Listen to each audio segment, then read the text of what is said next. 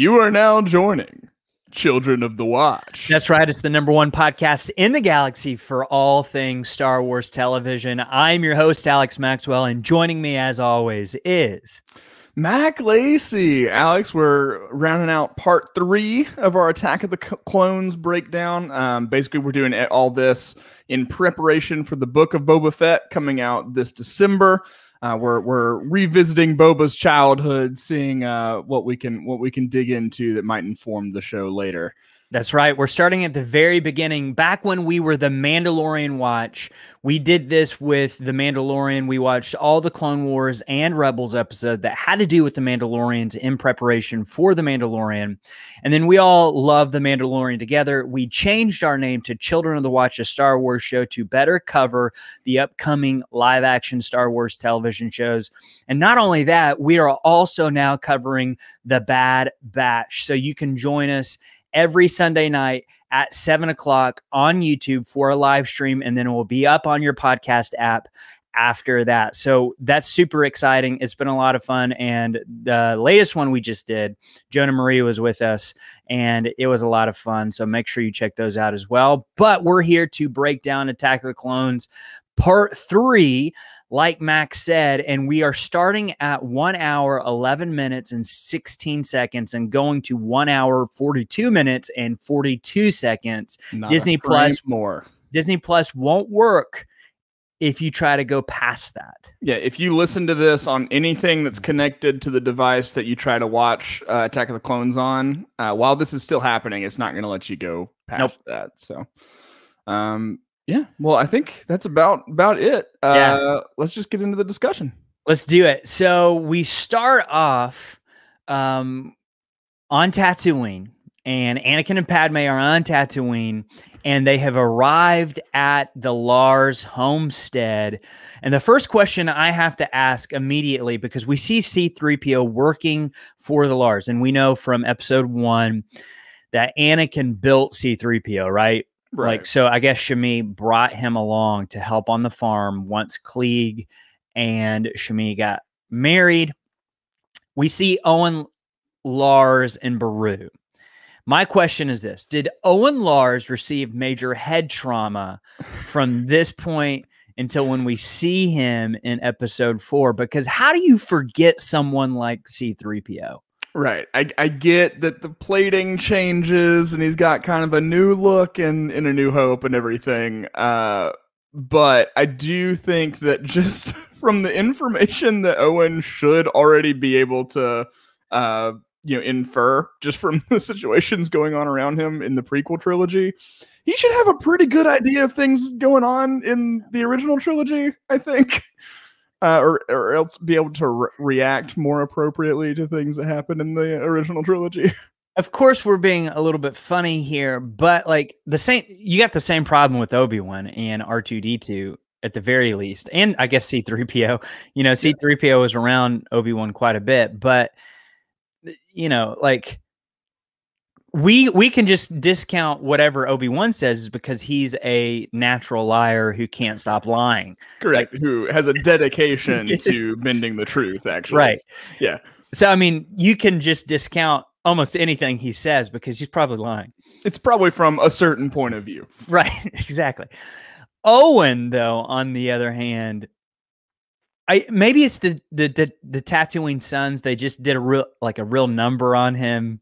Yeah. Kind of fried his brain a little bit. I just don't know how you forget a droid like C-3PO. I mean, as like talented in aggravation. Right, exactly. C-3PO, right. I don't know. I am curious though, like all jokes aside, we've got Owen Lars, we've got Beru. The same actor and actresses are going to be in the Obi-Wan Kenobi show portraying Owen and Beru. I am kind of curious to see. I think there is more to the story. Maybe, obviously, I think Owen does not realize that C-3PO is C-3PO, but I'm saying beyond that, there is more to the story with, I think Owen probably does more than he lets on. He knows more than he lets on there. Yeah. I think so. I mean, if he's popping up in Kenobi, there's some kind of interaction or conflict going on there between, maybe Kenobi and in the Larses. Who knows? Yeah. But I'm excited to find out. Yeah, we'll know probably in about a year, from a year's time. Yeah. So Anakin announces he's there to see his mother, and that's when we're introduced to Owen and Beru. I am really excited to see that, like we were talking about in Obi-Wan Kenobi. I think that will be really, really cool.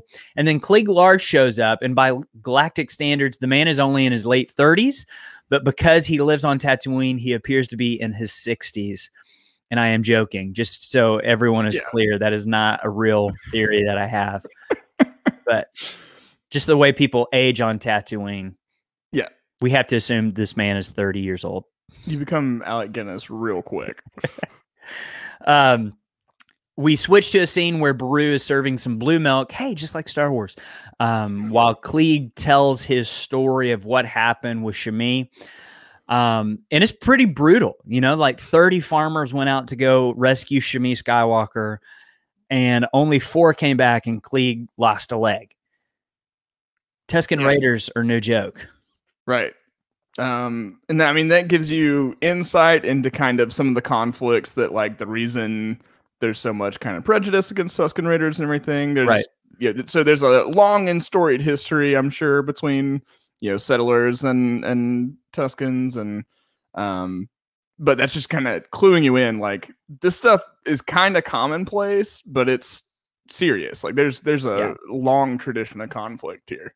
Yeah, and it kind of like even informs the Mandalorian a bit when we see Cobb Vanth and that whole tension between I want to call it Freetown, but it's Mos Pelgo and the Tuskens, like you were talking about. That tension is there because of stuff like this, stuff like that. I'm sure that story has spread across Tatooine of what the Tusken Raiders did to the farmers and Shmi and all that. So, more stories like that doesn't really help the Tusken Raiders in that situation. So Anakin's kind of getting upset as Klieg is telling his story, and I do like the sense that we get to see Owen see Anakin. They don't really have a relationship, but I wish more was emphasized in the sense of I wish Anakin and Owen spent more time together in this movie.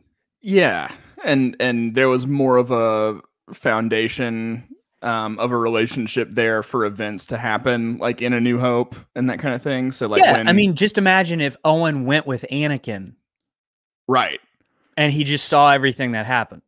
Yeah, and that's then enough. When he's saying, like, he's too much like his father, and that's what he's talking about, or that's involved in what he's talking about there. Like, that would inform that relationship a whole lot more.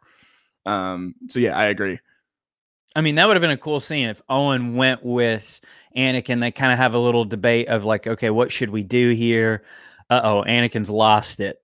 You know what I mean? Like, this is not what a Jedi is supposed to do. Yeah, exactly.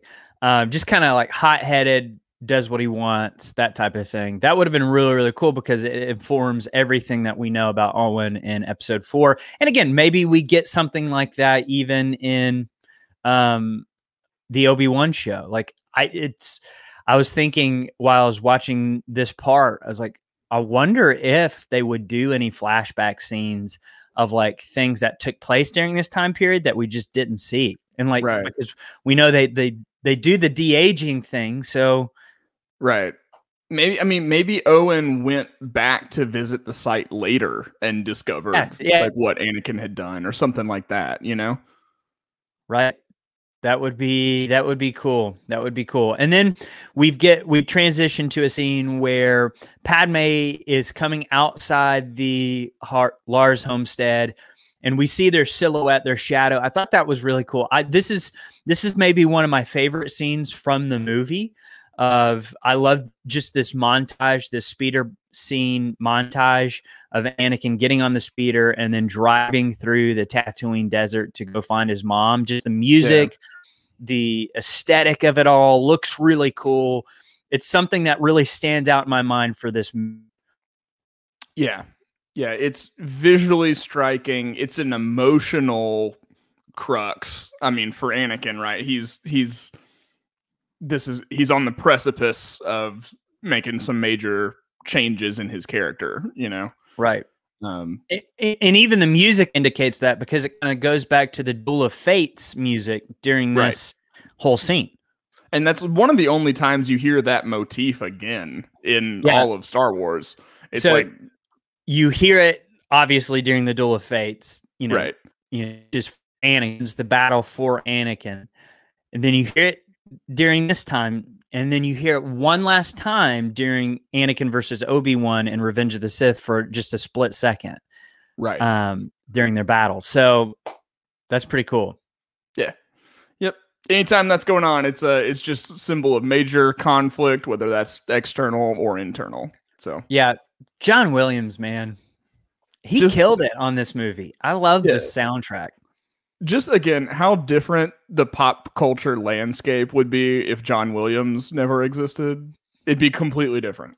Star Wars wouldn't be a thing. I'm like convinced without the music of Star Wars, New Hope never would have made it. No, it would have been dead on arrival at the box office.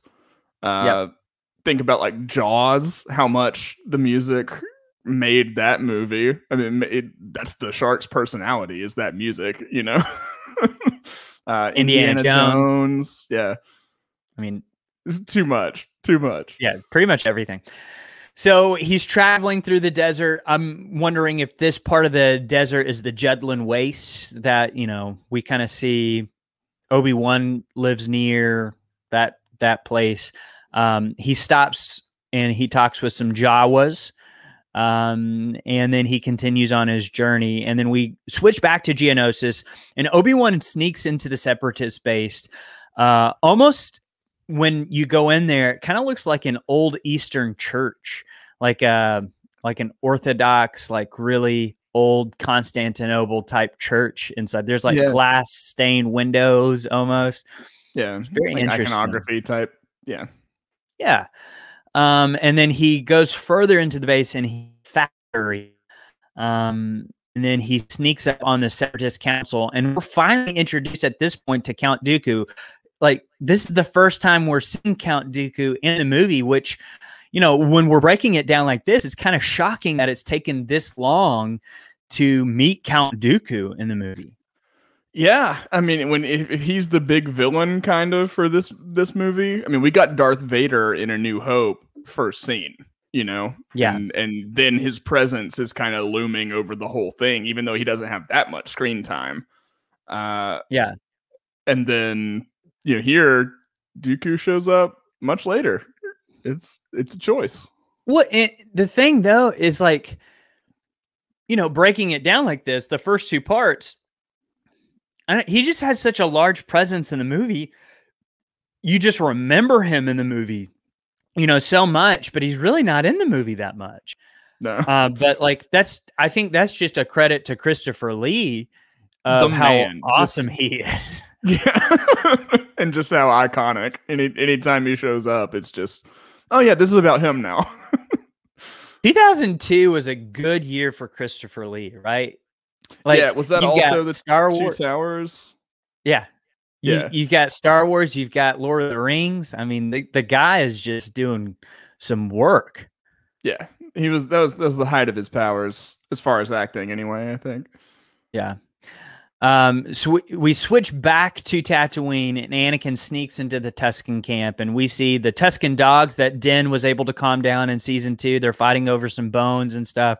So I just love those sort of connections that we get later in The Mandalorian. Just again, that kind of stuff makes the world, the galaxy feel big, feels like it's all one thing. We even talked about that a little bit in our Bad Batch recap of seeing little things like that matters in Star Wars. And I think, you know, obviously if you're listening to this, you like to see those things. You like to feel those things of like, yeah, it's connected. Right. So I think that's really, really cool. Yeah. No, in any of those little chances just to tie everything in, all about it. Yeah. So the Tuskens have Shmi on some sort of torture rack, I guess. Well, are they just like beating her? Like what I don't understand what's happening there. It's gnarly. I think it's just supposed to be generally gnarly. I think that's the impression you're supposed to get. Yeah, I'm not liking it. Yeah. I don't think anybody would like to find their mom in a camp like that tied to a torture rack. Nope. So they basically have one last conversation with each other. And she, at the end of the conversation, is trying to say, I love you, I assume. And she can't get it out, and she dies. She hangs on just long enough for Anakin to find her, to have that conversation, because he dreamed he was going to free all the slaves. He dreamed he was going to save his mother. He was going to do all these things, but this isn't exactly how he thought it would happen, right? Like, this isn't the circumstances that he hoped to do it in. He hoped to be the hero. He hoped to be the guy that really came in, swooped in, saved the day before stuff like this ever happened. And, unfortunately, that's not what happens. Right. Yeah. I mean, it again, I think that George Lucas did a really good job of making Anakin's fall all about the good things he wanted to do. Yeah. Right. Like, maybe beat wise, it's not as developed as it could be, right. And a little sure. sudden, but like, yeah, all of the groundwork there he's doing that. Like, yeah, the only reason he is slaughtering this group of Tusken Raiders is because he loves his mom, and he's twisted that and turned it into something evil, like the good thing that he has. And then, same thing with Padme. And same thing with, the Empire comes about because he wants to be the person to save the galaxy. So like, there's all these good intentions that constantly are being twisted and manipulated by, those around him, and the situations themselves. It's really sad. This is what I love about that we're doing this for the Book of Boba Fett, but it's really going to work for the Obi-Wan Kenobi show too, though. Like, when they come back into conflict with one another, this movie informs a lot of what happens in that. So I'm glad that we're doing it really for both. So that's pretty cool. Yeah, it'll prove to have been a good homework assignment for us, I think, in the long run. Absolutely. And so she dies, and then we get that look from Hayden Christensen that I think, okay, it's like, yeah, his acting has been a little stiff throughout the movie, but scenes like this, I think he thrives in. I think this is one of the reasons they probably cast him, is like, oh, he can smolder, but in a way that's like, he's got some darkness in him. The angst for sure. So he comes out of that hut, and goodbye Tusken Raiders. 2 headshots, cut off their heads. You see the children even in the back there. George makes an emphasis to show the children and the women for the later scene that we get, of kind of looking up, shocked and surprised, and the men Tusken Raiders are racing towards them, and he slashes towards the camera, and we cut to Yoda on Coruscant, hearing Qui-Gon's voice. We hear Qui-Gon again saying, "Anakin, Anakin," and that's actually from the Phantom Menace, the audio. But I'm wondering, what we know from the Clone Wars, what we know probably, again, what's going to happen in the Obi-Wan Kenobi show. I'm wondering if this is a Qui-Gon actually reaching out from the nether regions of the Force to like, hey, what are you doing, Anakin? Yeah, now I think it definitely is. Originally, whether or not that was where, George wanted to go or anything, who knows? But I think definitely now, when you look at everything we know, and from like Master and Apprentice and those kind of things, like, and when I say that, the story in from a certain point of view, Master and Apprentice, yes, right, it's same very author. Much right, yeah, so it's very much like Qui-Gon is actively leading and guiding those like who are in his kind of sphere of influence, in a very tangible, like he's audibly speaking to them and that kind of thing.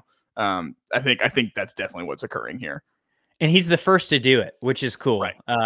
He's the one that basically teaches Yoda and Obi-Wan after Revenge of the Sith. And again, we're thinking in Obi-Wan Kenobi show, this is going to happen. He's teaching them how to communicate when you've died, and how to do that through the Force. So that's really cool. We get some hints of that, like you said, in the Clone Wars cartoon as well. So if you haven't watched those arcs, make sure you do, because it's pretty cool.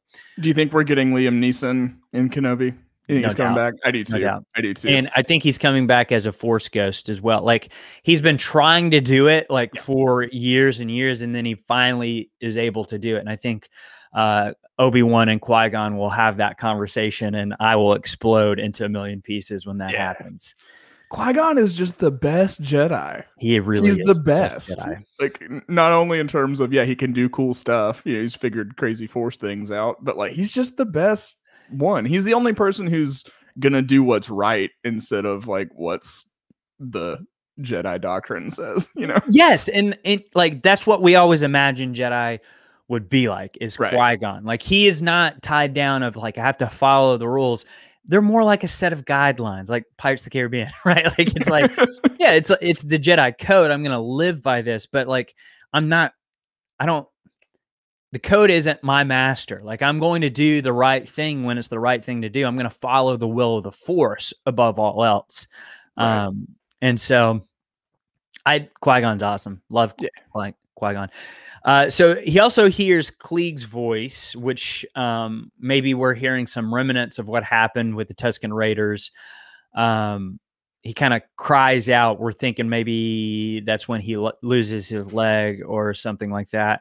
Yeah. And then Mace Windu enters, sits down, and he asks Yoda what's going on, what's wrong. And Yoda informs him that something terrible has happened to Anakin Skywalker, which kind of gives you an idea of that they're keeping tabs on Anakin. Like, they are very invested into what Anakin is doing.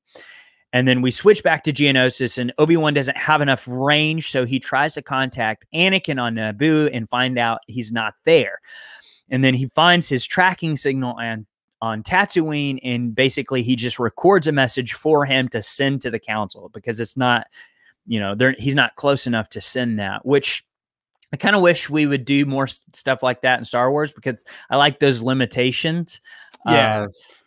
I don't know, just being able to communicate like that across the galaxy. I don't like that. I do like this. Yeah, I agree. But like, I wish those rules would stay more consistent, I guess.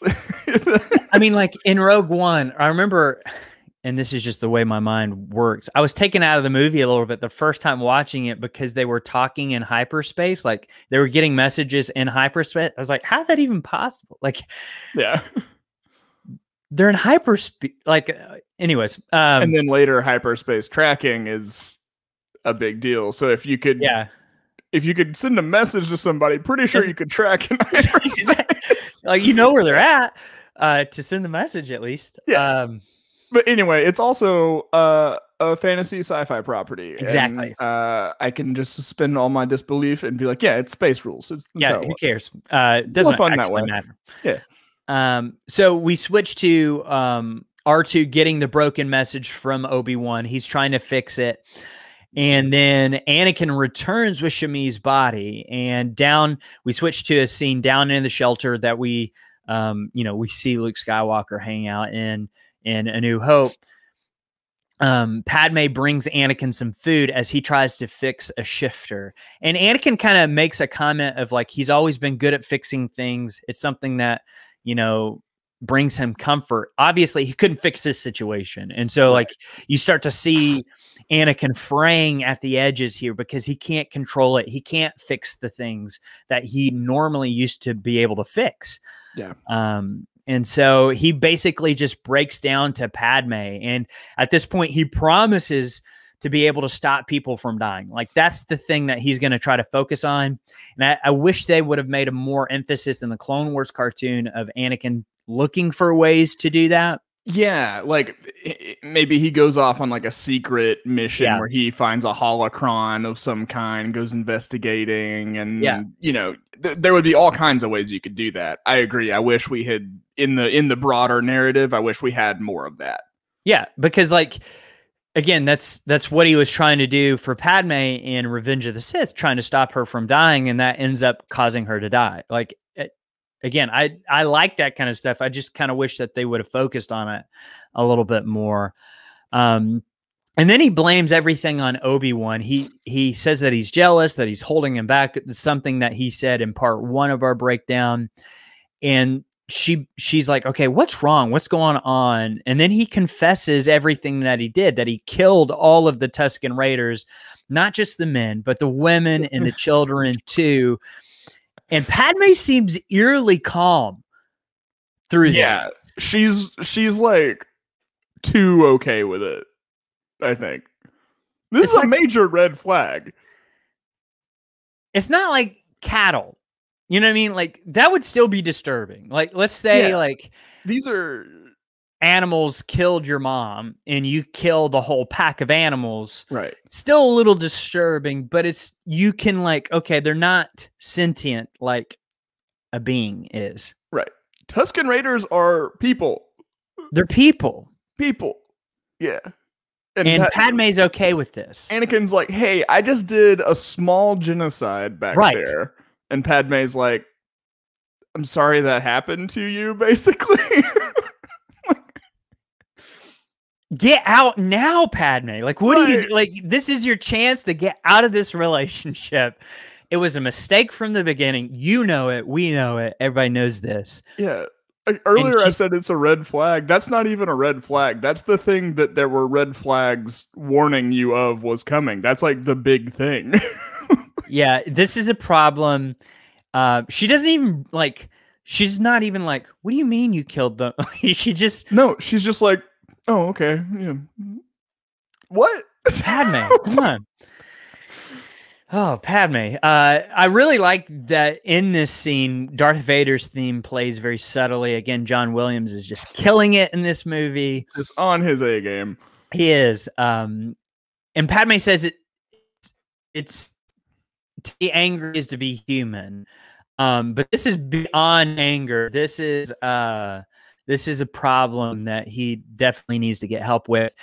And like, just imagine if Padme were to tell Obi-Wan, like, what happened. Like, maybe she did.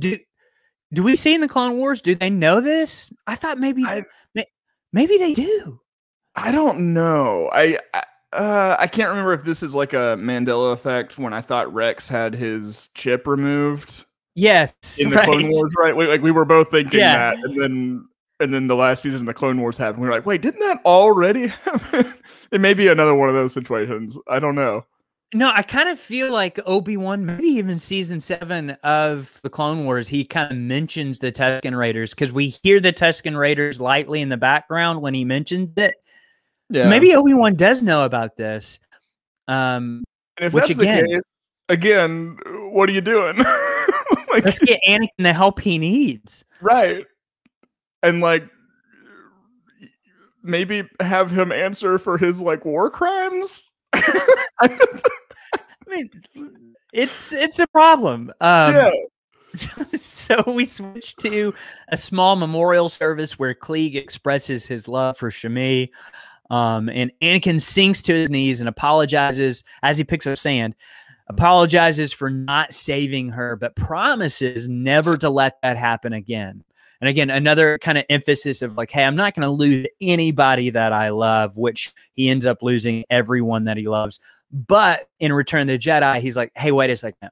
I have a chance here to, again, not lose someone that I love, and that's my son, and I'm going to take that chance. Yeah. And that's why that's such a powerful story. Right. And it's why like that redemption narrative is just all time, you know, it's up there. Yeah. Man, love that moment. And then during, I guess, well, after this little service, by the way, do we ever see these like these tombstone basically in the background anytime else? I don't think so. I think we're meant for them to have eroded away. We also don't see piles of burnt Aunt and Uncle Owen later either. So it would have been cool though. I will say, like, as much as I didn't really like this scene in retrospect for Rise of Skywalker, it would have been cool if she buried the sabers next to the tomb, like Shami's tombstone. Like, and we just know, like, oh yeah, That's cool. Like, That's where not the that she would Skywalkers know live. anything Yeah. about that, but just, Right. yeah. We would though. Right. And that would have been cool. So R2 arrives with Obi-Wan's message, and they watch it and retransmit it to Coruscant. And on Coruscant, everybody is in Chancellor Palpatine's office. That's like the big wigs are all there. They're watching it too. And at the end of the message, they see that he's captured by droid Dakars and the roly-poly droids, which are my favorite droids, I think. They're good ones. They're really destroyers. Good. They have like a million different names. But these are my favorite ones, I think. Yeah. Very unique design. Also my favorite to play on Battlefront 2 when I am the Separatist. The original or either. Like, just can you do it in the new one? Yeah, you just roll through and then pop up and pop right in the middle of some clones. That's fun. Mace basically orders Anakin to protect Padme at all costs. Don't leave her. And then Padme finds a workaround, and she says, well, if you're going to protect me, I'm going to go save Obi-Wan, and you have to protect me. That's what he said. And then Anakin's like, hell yeah, that's why I like you. He's like, aha. Yeah. This is flirting to me. Exactly. And then we see Jar Jar get absolutely worked in the Chancellor's office. I mean, this is just political. Just rained. Yeah. Yeah. I mean, he didn't stand a chance. Come on. Like, I really feel bad for Jar Jar. Like, it is. I do too. It is kind of his fault, but like, he was just trying to do the right thing. He thought he was going to be like the hero of the Republic. He wants to be the hero. He's the fool that wants to be the hero. Right. And poor Jar Jar. He gets a really good epilogue, I think. In Aftermath. Sad. Yeah, in Aftermath. Yeah. It's sad. I mentioned this in a YouTube comment to somebody, but yeah, the Aftermath epilogue for him, I think, is really fitting. It's nice. Yeah, it's really fortunate too that George kind of pulled back on Jar Jar even more. Just because everybody hated Jar Jar so much, but to see what would happen to him in episode 3 of basically that epilogue, we pretty much would have seen in the movies of him kind of realizing what he's done and kind of like dealing with the consequences of that would have been powerful to me of like, be careful of the decisions that you make, even if they're well-intentioned. Then we switch back to Geonosis, and Obi-Wan is captured and enters. We see Count Dooku enter and to talk to him. My question is Count Dooku being sarcastic in this scene? He sounds very sarcastic. He's like, Obi-Wan, you're captured. Oh no, what will we do? Like, it's really odd. To me, it seems like Christopher Lee is trying to make that character choice because he probably didn't have a whole lot to work off of. That's true. If that makes sense. So maybe he's like trying to do something with the character that the narrative is not necessarily. If that makes any sense. Yeah, it's odd. He's just like, this is outrage. I will get you free immediately. And he doesn't sound like he believes it. No, I think he's maybe meant to be showing that he's still kind of, because he's still trying to really hide who he truly is still at this point, I feel like, right? I mean, he's not like, hey, by the way, I'm a Sith Lord. I'm just fully out in the open, a Sith Lord now. Yeah. So like maybe he's still just kind of putting on that act. I don't know. So, okay, I want to tell a cool Christopher Lee story real quick while we're on the subject of Christopher Lee, because sometimes you get down YouTube rabbit holes and you land on something. You're just like, I don't know how I'm here, but I'm watching this. It was about Christopher Lee, and it was Peter Jackson talking about how he was directing Christopher Lee to stab Wormtongue in the movie or something like that. Or he was being stabbed by Wormtongue, I think. Yeah. I think that's the thing. And Peter Jackson told Christopher Lee to let out like a big gasp, a big cry. And Christopher Lee is like, no. That's not what a man does when he's stabbed in the back. It's a small gasp. It's a small, and then did it for him. And then Peter Jackson describes like, oh yeah, I remember this guy was a British intelligence officer in World War II. Christopher Lee has done that to people. He's probably killed some Nazis that way. Yeah. And he heard what they sounded like when you stab them in the back. That's the gasp that they make. He's so gnarly. Holy cow. Yeah. Basically, Christopher Lee was James Bond. No, he was like the real life, and he was one of the real life inspirations for that kind of like he kind of was the archetype for the modern secret agent type role. But he's so crazy. I mean, what a life Christopher Lee lived, right? That is crazy. He was into like symphonic metal too. He released like a symphonic metal album with 9 Inch Nails. Is that right? I don't know. I don't know all the details. I need to listen to that. Yeah. I need to go. I mean, listen to the new Christopher Lee mixtape. It's crazy. It's crazy. So basically he's talking to Obi-Wan. Obi-Wan says that he's been tracking Jango Fett and he came here, and Dooku says, no, we don't know anybody named Jango Fett. The Geonosians don't trust him. Here, bounty hunters really do get a bad rep, right? Like bounty hunters are people too. But in Star Wars Galaxy, bounty hunters are like really bad. To be fair, name a bounty hunter who's also a good person in Star Wars. Din Djarin. Yeah. But he's kind of beyond a bounty hunter now. I was like, when he was a bounty hunter, I don't know. Right. He was a super good person either. He's kind of beyond being, he's Mandalore now. So, so who knows with him. By the way, which we might want to bring that up towards the end of the season 3 stuff. Talk about that real quick. Okay. So, okay. This is crazy right here. Count Dooku basically says he's sad and they've never met before. So Count Dooku and Obi-Wan have never met before.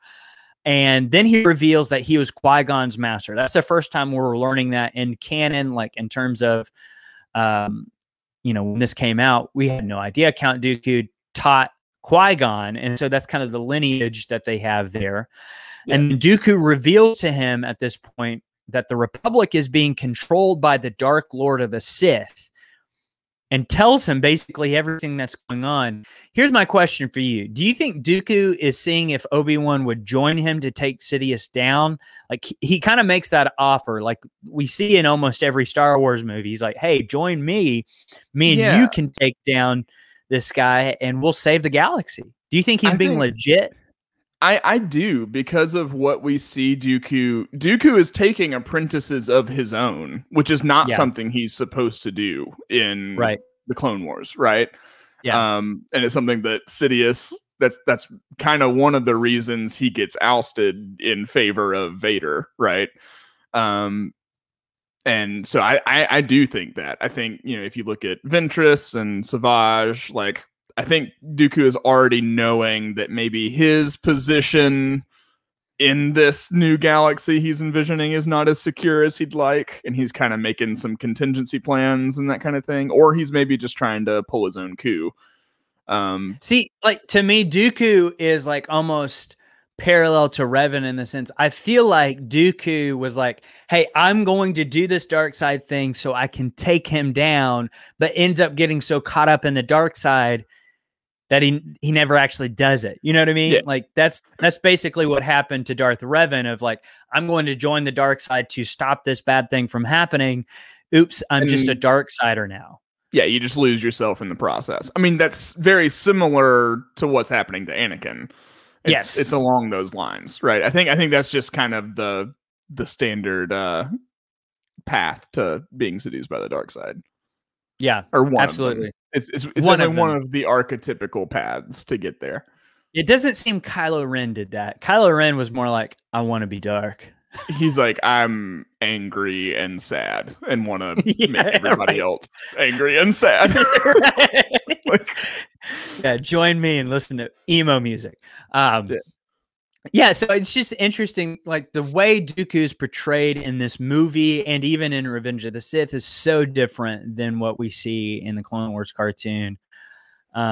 It kind of makes you think like, oh yeah, Dooku is a good guy that's kind of got lost in the shuffle of this all, because you got to think Dooku is just like as old, if not older than Palpatine. He's older than Palpatine. Yeah. He's older than Sidious. So it's like thinking through of like, hey, maybe this is the way that I can save the galaxy is by joining the dark side, getting real close to this plan, righting the galaxy's wrongs, and then taking Sidious down, and then I'm in charge, and then you know what I mean? Yeah. I mean, I don't know. In Dooku Jedi Lost, you see that like he's got a lot of his motivations are centered around like actually leading his home world and stuff. You know, Yeah. he's kind of coming about it more as a statesman than a conqueror, if that makes sense. Right. And so Obi-Wan refuses his offer, and then Dooku leaves angrily. He's like, oh, well, that didn't work. And then he gets out of there. And then back in the Senate on Coruscant, Jar Jar proposes that they give emergency powers to Palpatine. And Palpatine gets them. Everyone's clapping. Palpatine promises to lay down his power when the crisis is over. Yeah, right. And then the Grand Army ever, and it's never happened. Exactly. The Grand Army of the Republic is formed. My question is, would no one ask like where all the clones came from so fast? Yeah. Like how did you grow these people so fast? My first question would be like, are you about to conscript me? Right. Because like, where's this army going to come from? Right. Right. What does that mean? Yeah. And so then Mace talks with Yoda, says he will take what Jedi they have left to go to Geonosis, while Yoda goes to Kamino. And then we switch back to Geonosis, and Padme and Anakin land.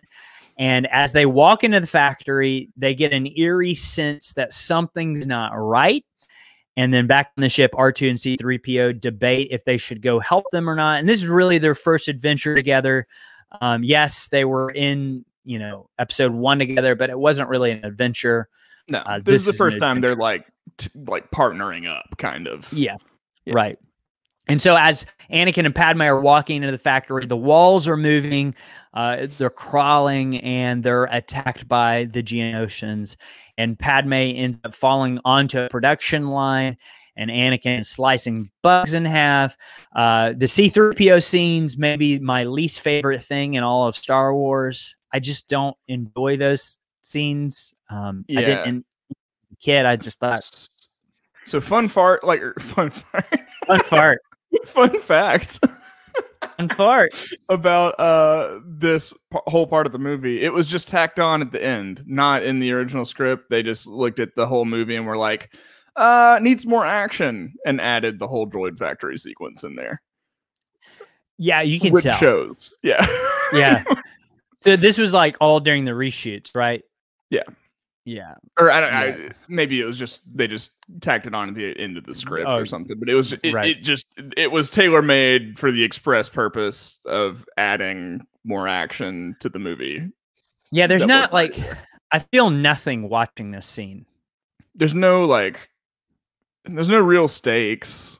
I'm like, no, I mean, like Padme's about to get lava poured on her from the giant vat.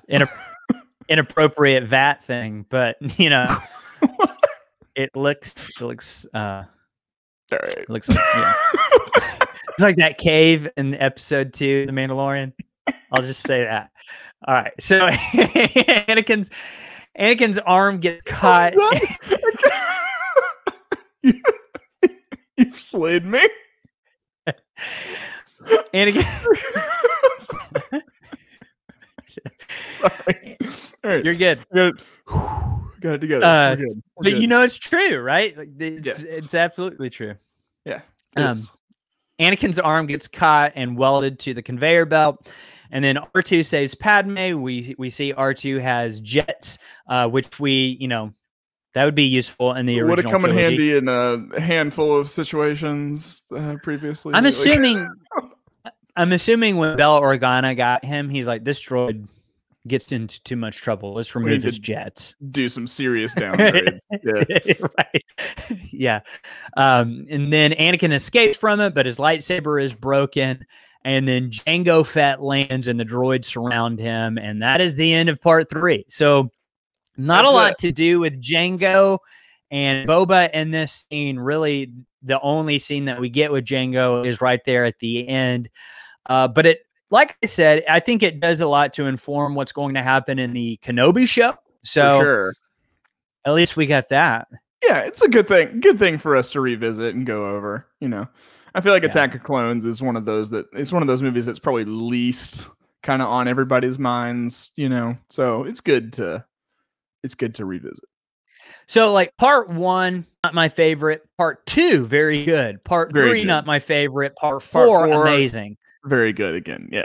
I think, and I'm excited for part 4 because part 4, I think, is some of the best Star Wars content that we have. Like, there's so many great scenes in part 4 of Attack of the Clones that like are just so memorable. Like, this is why I have fond memories of this movie, is because of part 4. For sure. Yeah. I mean, Jedi Army. Who doesn't like that? Who doesn't like to just see a bunch of lightsabers? It's good.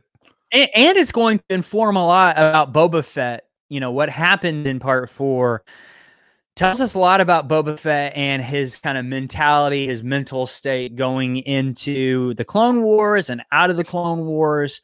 And while we're talking about that, I do feel like it's kind of important before we wrap up in just a few minutes. There's been a lot of rumors about season 3 of The Mandalorian and the Book of Boba Fett, whether or not the Book of Boba Fett's even finished filming yet, or season 3 of The Mandalorian has finished filming. There's a lot of conflicting information out there, and we just want to say we're not sure, but there's something. I don't know, Mac, and maybe, I mean, I would love for you to give us your quick thoughts on this. What is going on right now? Because I feel like there was a really reliable source saying Mandalorian season 3 has wrapped production already. And then that was kind of taken down. Are we being hoodwinked? Is the Book of Boba Fett actually, like we kind of speculated towards the end, is that going to be kind of like season 3 of The Mandalorian? Or who knows? I think it's definitely going to be very Mandalorian adjacent. Like, I think, because we already have kind of gotten some reports of Din showing up, a lot of the characters from The Mandalorian showing up in this show. And then there was the whole crew t-shirt thing. Yeah. The Book of Boba Fett. Yeah, so basically the Book of Boba Fett, which was the Buccaneer, is the working title, I'm pretty sure. Or like the production name. And then so they had like the Buccaneer shirt, and it had a little image of Grogu on it. But that's equivalent of the red cup shirts that all the crew got to wear that worked on Solo, you know? So that's like, that's not like they're releasing a shirt that's Book of Boba Fett with Grogu on it to the public, right. You know, like this is not sanctioned canon merge, right? Right. So you think that there's nothing to Grogu being on the Book of Boba Fett production shirt? It's weird it's hard to tell. I think it really depends on where season 3 is going. If Boba Fett's going to play a huge part in it, then I don't know. It could be like, this could be season 2.5 or something, you know? That's kind of what it feels like. You know, we get season 3 later. And maybe the Book of Boba Fett's going to be a little bit bigger than what we originally thought it was going to be, because it seems like Rangers of the New Republic is no longer even in production anymore. They're not even doing anything with that. So maybe they're taking some of those ideas that they had for Rangers and kind of spreading them out amongst the shows, and maybe the Book of Boba Fett got some of that as well. Because, you know, there was some hints, some rumors that Mayfeld, Cobb Vanth might be in the Book of Boba Fett. So... Right. Yeah. We'll see. To me, because they did so much in season 2 to set up this whole shared universe thing. Yeah. Like, obviously Star Wars has always been a shared universe, but it's specifically focusing in on the same kind of group of characters for all the TV stuff, like the live action TV shows. I don't even know. I don't even know how important it is to delineate between Mandalorian season 3 and the Book of Boba Fett. You know, it could when we're looking at it 10 years from now, this stuff could all just roll into one thing. You never know. Well, it's kind of like the Marvel movies, right? Like sometimes they jump around in the timeline, but they're all progressing the story forward. Right. That's basically what the Mandalorian verse, that's what I'm going to call it, the New Republic era is doing, right? Like I would imagine Mandoverse is way better. Mandoverse. The Mandoverse. So that time period, I kind of feel like they're pushing the story forward. So like whatever's happening in the present day, because we're assuming that there's going to be flashbacks in the Book of Boba Fett. Whatever's happening to Boba Fett in the present day is still pushing that narrative forward, and we'll see maybe what's happening with the Mandalorians and hear a little bit what's happening. I don't know. All I know is that there was a good source saying basically season 3 of The Mandalorian wrapped, and then they kind of took that down. I don't know if that was taken down because it was actually the Book of Boba Fett has wrapped, but part of me is concerned. Like, I hope Mandalorian season 3 was actually wrapped and we just didn't know about it and they filmed all of that, because Pedro Pascal's schedule is getting very, very tight. With all the shows and productions that he's involved in, because if they did not wrap season 3 of The Mandalorian, we might be waiting for season 3 of The Mandalorian for a little bit. Right. Basically is what I'm saying. Yeah. I mean, and then let's not forget that, I mean, season 1, he was basically a voice actor. That is true. And so, I mean, they could go that route again. That is true. I think if anything, if we're getting into talking about the conflicts between like the Children of the Watch and Mandalore as a whole, it'd be really important to have the ability to take his helmet off. I agree. You're going to be exploring what that means for the character and that kind of thing, you know. But you know, there is more room there when you're dealing with a helmeted character. That's true. If that makes sense. That is true. That is true. So we'll see. We'll see, like, if the Book of Boba Fett almost stands as a proxy season, like almost like you said, season 2.5. It could work in the sense we know it's going to be its own thing, but like in terms of moving the overall story forward, it could do that. So we'll see what happens. I'm hoping we get more information soon. But this has been really fun. This has been a fun part 3 breakdown of Attack of the Clones. Part 4 is going to start at 1:42 and 42 seconds and then go all the way to the end. So make sure you join us. And by the time you're watching this, this is actually part 4 is going to come out next week. So we will be finished totally with our Attack of the Clones breakdown and our Book of Boba Fett rewatch. That part of it will be complete. And then probably later in August, September, we'll move into the Clone Wars portion of the Book of Boba Fett. So this has been fun. This has been fun. But thank you guys so much for joining us. You can follow us on Instagram and Twitter at COT Watch. We would love to interact with you over there. And make sure you join us for our Bad Batch recaps on YouTube live stream 7 o'clock. And then, of course, it'll be on your podcast app after that as well. And those have been a lot of fun. If you've not watched the Bad Batch yet, do it. It is actually very, very good. I was kind of hesitant about it at first. I wasn't sure if it was going to be good, but it's amazing. So make sure you watch it. Yeah. Patrons, you'll probably already have a commentary episode up by the time this is coming out. So, you know, check for that and everything. If you're not a part of our Patreon community already, it's really cool. We do a bunch of bonus content and stuff over there. And then we do even more, you know, when we're in season on a show and that kind of thing. But like right now we're doing season 2 of The Mandalorian episode commentary track. So we're watching it. You can, you know, throw our voices on and watch it kind of with us and hear our real-time commentary and stuff like that. So if you're interested in that, go check out the Patreon. My band Carpool Kids just dropped a new song. I think we've been ending videos with it maybe, but go check it out. It's called Don't Cry. You can find it on all the music stuff. I think that's it, right? So we'll just see them for the next Attack of the Clones breakdown, part 4. We're wrapping it up. Yep. So we've got this, then Bad Batch Recap Part 4. So make sure you check it all out. We love you guys. Yep. And until then, keep the watch.